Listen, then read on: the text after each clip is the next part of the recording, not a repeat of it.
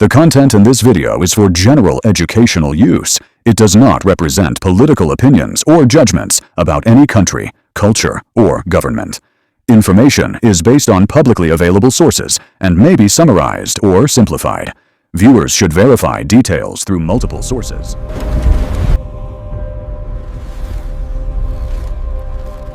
Let's begin with a story. You know, the kind that starts with once upon a time.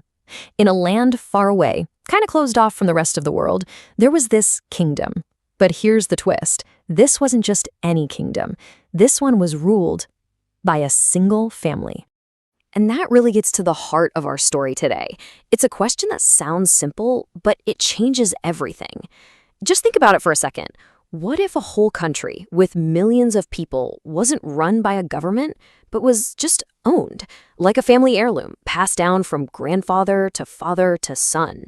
So let's turn to Chapter 1, a story about a family. You see, every good story really begins with its main characters, right? And to even begin to wrap your head around North Korea, you've got to start with the Kims. But here's the thing. We need to think of them less like politicians and more like royalty in some kind of strange modern-day monarchy. So, for more than 70 years now, the crown has been passed down this one single bloodline. First you had the grandfather, the man who started it all, who founded the kingdom, then came his son, and now today, it's the grandson. And what they're inheriting, it's not just a fancy title, it's absolute total power over 25 million people. You know, every royal family, if they want to justify their rule, they need a good origin story, a myth. And for the Kims, that myth is called the Paektu bloodline. The official story goes that the family literally comes from this sacred place, Mount Paektu, and that gives them this divine, almost heavenly right to be in charge. It's the story that tells everyone, this is why we rule. And the grandfather, Kim Il-sung, he was an absolute master at this kind of storytelling. He built this whole system, what we call a cult of personality. He basically took these ancient Korean legends about kings and gods and mixed them together with modern propaganda. So he didn't just become a leader, no. He turned his entire family into living gods. Their pictures are literally everywhere, watching over every home, every classroom. Okay, so that brings us to Chapter 2. How does one family keep a whole country under their spell? Well, just like in any storybook kingdom, it all comes down to a very, very strict set of rules. Yeah, this quote really doesn't pull any punches, does it? A police state on steroids. Because the kingdom isn't just kept in line with stories, it's maintained by constant, inescapable control.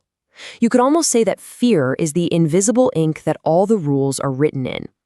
Just try to imagine this for a second. Imagine living in a world where you can't really trust anyone. There's this saying that if 3 people are sitting together, at least one of them is an informant.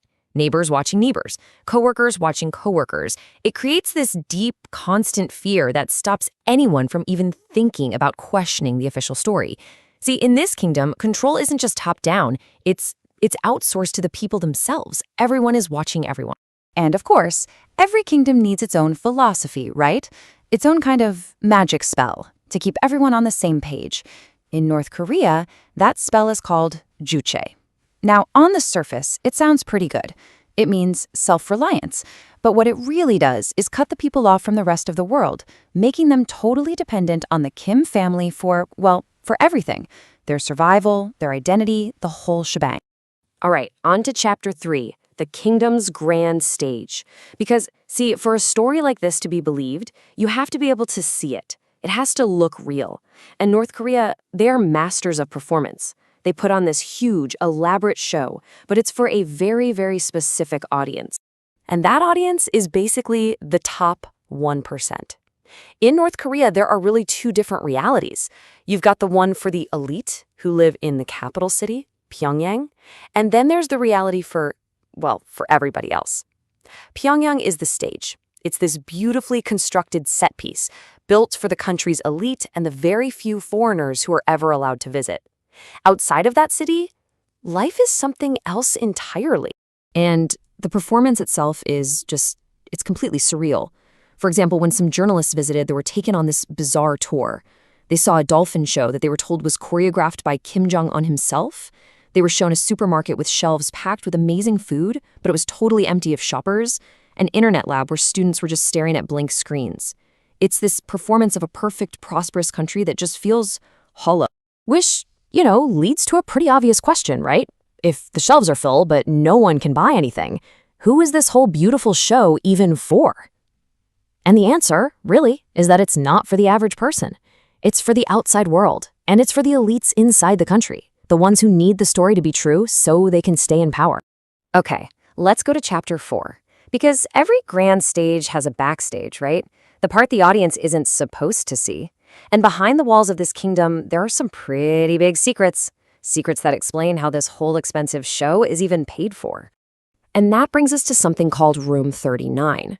Now, you can think of it as the Kim family's personal, secret piggy bank. It's not a real room you can walk into. It's this really shadowy organization. And its only job is to get foreign money for the family by any means necessary. And yeah, any means necessary usually means illegal. So, under the guidance of Room 39, the government of North Korea basically acts like a massive criminal organization. We're talking about things like counterfeiting incredibly high-quality US dollars, so good they're called super dollars. They produce and traffic illegal drugs, like meth, and they have these incredibly sophisticated teams of hackers that steal billions with a B from banks and cryptocurrency exchanges all over the globe. This quote from an intelligence expert really nails it. He said, if you just start thinking of them as a single family mafia organization, suddenly everything starts to make sense. The lines get unblurry. The state isn't just a government. It's a massive criminal enterprise, and its entire purpose is to make one family rich and keep them safe. Which leads us to our final chapter, Chapter 5, Opening the Locked Book. Because what happens when the people who have only ever heard one story suddenly start to hear a different one? What happens when somebody manages to open that locked book?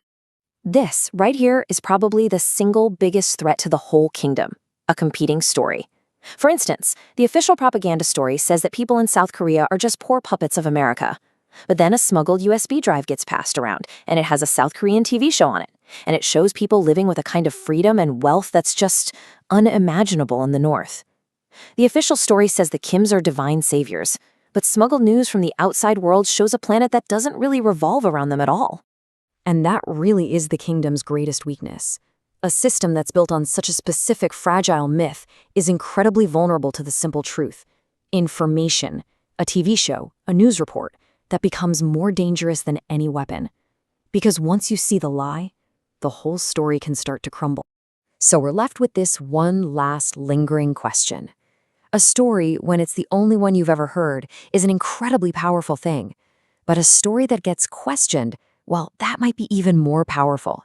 So what happens to a kingdom like this when its people start to hear a different story? The answer to that? Well, that's a chapter that's still being written.